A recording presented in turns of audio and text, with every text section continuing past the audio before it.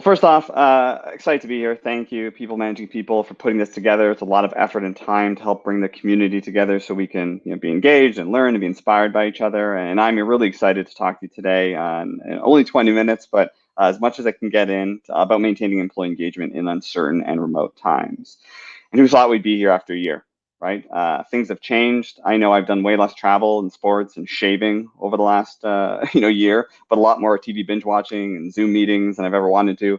But I think now more than ever, this is an important topic, right? Especially for a lot of us. We're engaging teams in a new environment. Not an experience just for us, but even our employees as well. So before getting into the conversation today, just a little more about me. I won't spend too much time, but I've spent 18 years in this world of employee engagement.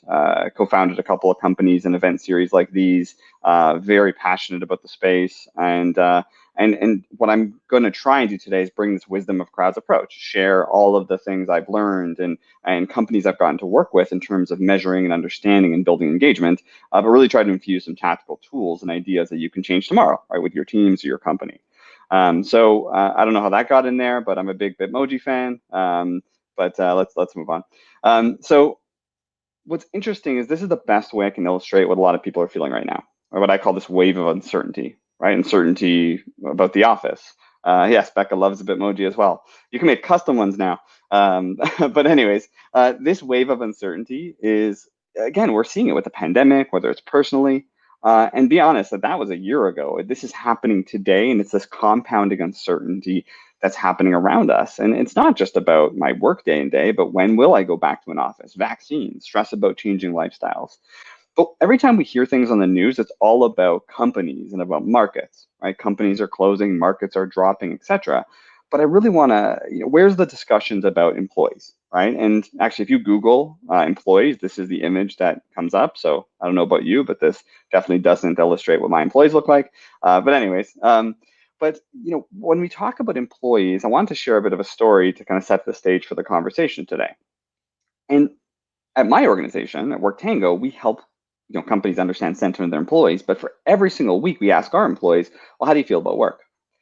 And what I noticed is the first three bars there were right before the pandemic, around March 12th. And we had a privilege to work with such great people, and we had 100% positive responses on these conversations and these questions. And we started seeing dropping after the pandemic.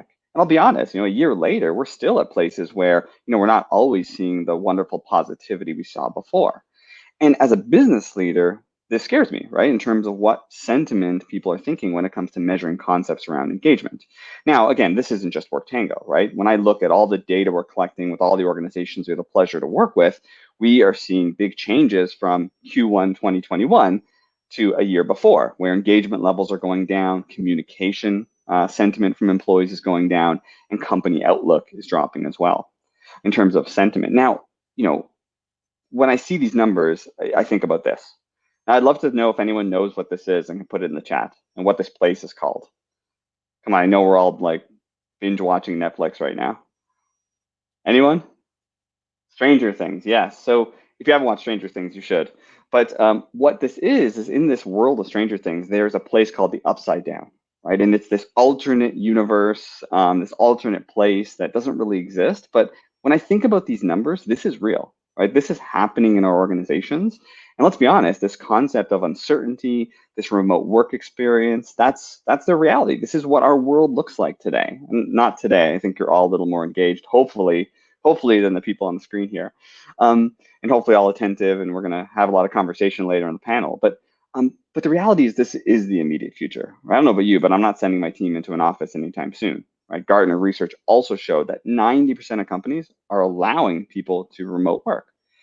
So what I wanted to kind of talk about today based on those discussions were 4 approaches I want to give you to maintain employee engagement in these uncertain times, right? And obviously with a remote environment, and give you at the end 3 mindsets you need to start with. And I'll sprinkle in some examples to try to inspire action or kind of resonate with your world.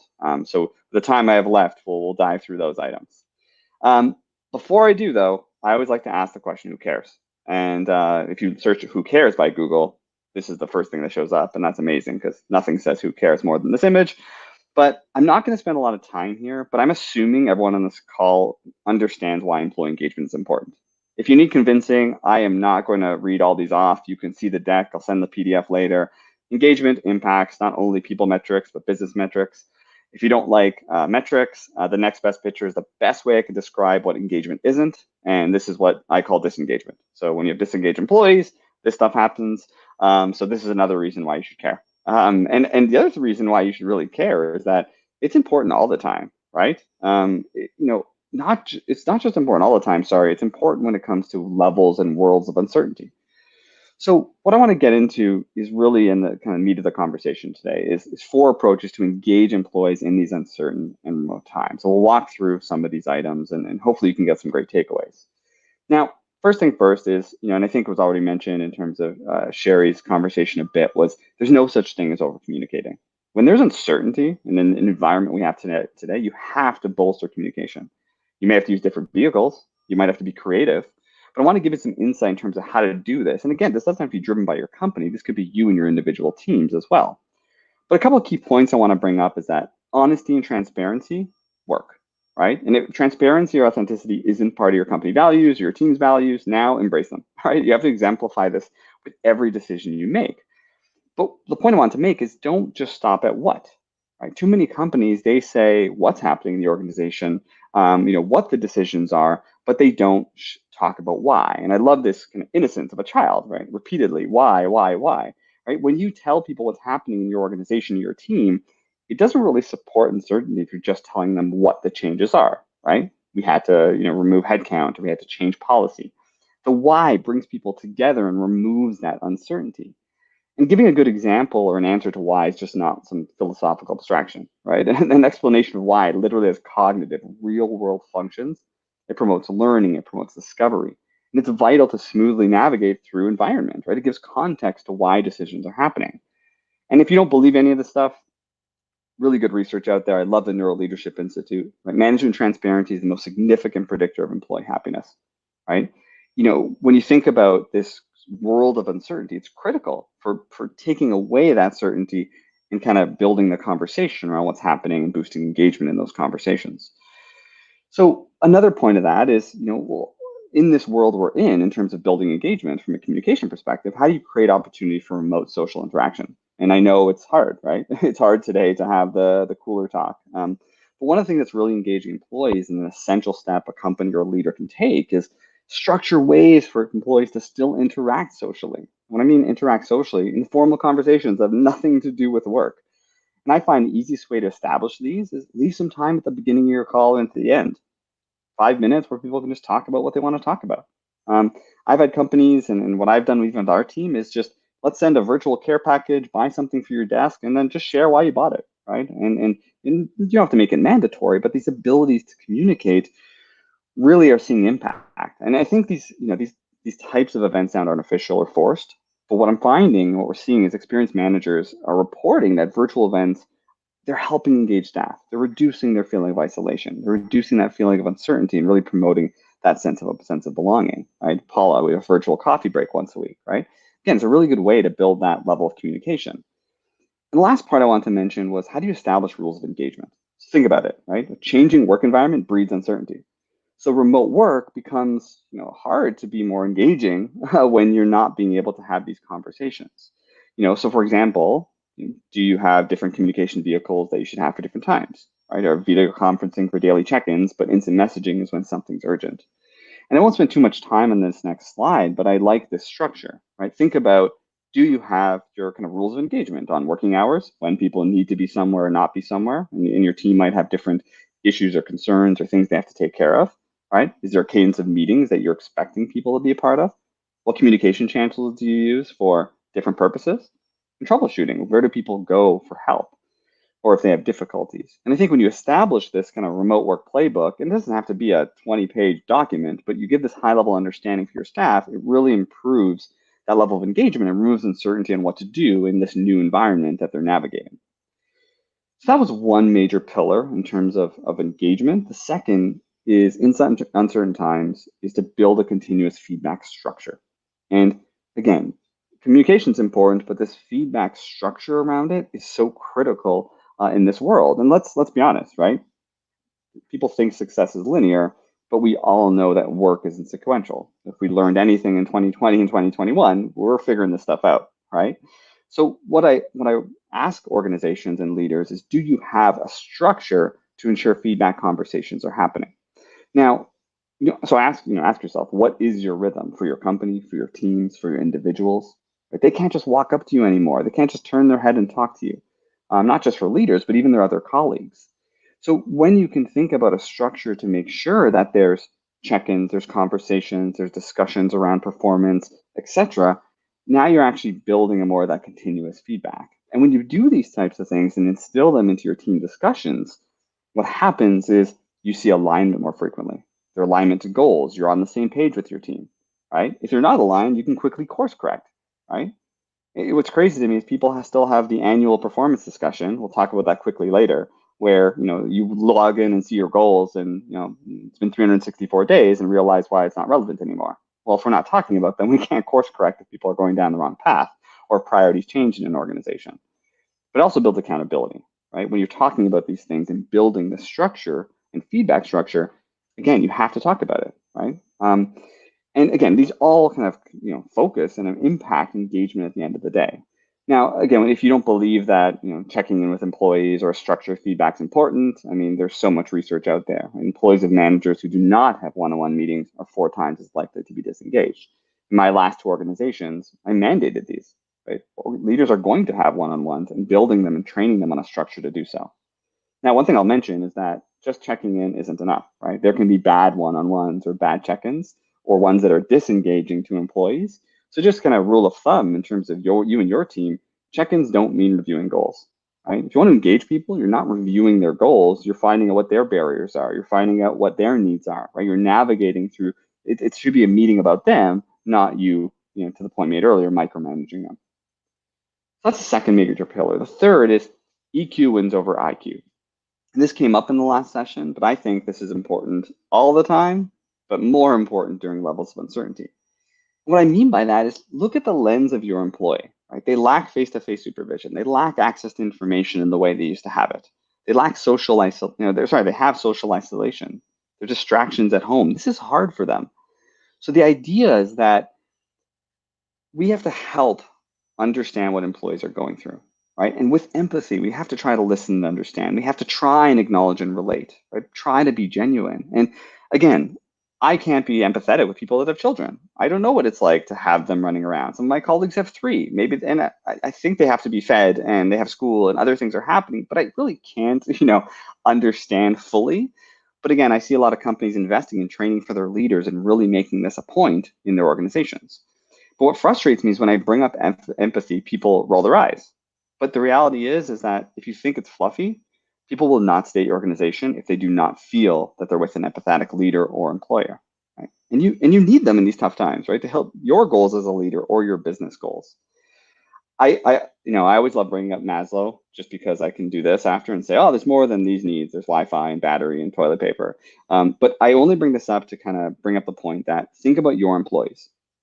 They may not be meeting their actual base needs, right? With fear of losing their job, or physiological needs in terms of salary or things like that. We have to understand that they may be impacted at all levels of wellness right now: physical, social, mental, right? Financial. So we have to be empathetic in the world that they're in. A couple last points on focusing on emotional intelligence. Double down on gratitude with your team. Recognition is an intrinsic motivator. It costs you nothing. Add a minute at the end of your daily, weekly, whatever rhythm meeting you have with your team, and say, who do you want to recognize, and tie it to a corporate value. Simple, easy. Again, remember, your staff is likely doing things that they're not used to be doing. How do we double down on gratitude? And lastly, connect on a deeper sense of purpose. So I'll use my story as a great example, right? We provide, technology to help companies understand sentiment of their employees, measure engagement, etc. But when the pandemic hit, our buyers, they had other things to do. HR was not looking for software. They were trying to figure out the world of remote work. And we changed our mind in terms of, we're not here to sell or provide people a service. We're here to educate and support what they're doing. You probably see it on my shirt, improve work lives. We call it our passion statement. And that changed our organization. The way we do things now is our role is to educate and support our community, right? Not to sell them things. And again, if you can connect on a purpose of your organization, I find that really is engaging in these uncertain times when people are wondering, what they're trying to navigate through. And the last thing I want to mention in terms of a major pillar is leaders are the secret weapon, right? I had this when I used to do meetings in person. Um, I asked 300 employees and asked, stack rank the top 5 people that are impactful in your life, who can make or break your day. And an average, 3.5 were your direct leader, right? Yes, there's children and partners and parents, but leaders are right up there. And leaders have a huge impact on organizations and on engagement. So the point I want to make is engagement isn't an HR thing, right? Leaders have to own engagement in an organization. But I bring this up is because if you're in HR in this conversation, we don't help our leaders. We don't enable them. I feel bad for leaders. They're the face of antiquated HR practices that we put in front of them. And what I mean by that is that, we're enabling them, we need to be enabling with the tools, not just turning them into tools. Now, I could talk about this for 2 hours in terms of ways we can enable our leaders in better ways, but just food for thought in terms of the process that you have. And does it actually enable them or does it disengage them and their employees? One was already brought up on the performance management side, right? It's a demoralizing process, right? We ask our leaders to go in and be what I call part-time evaluators and not full-time coaches, right? Our process should not be performance management, it should be performance development.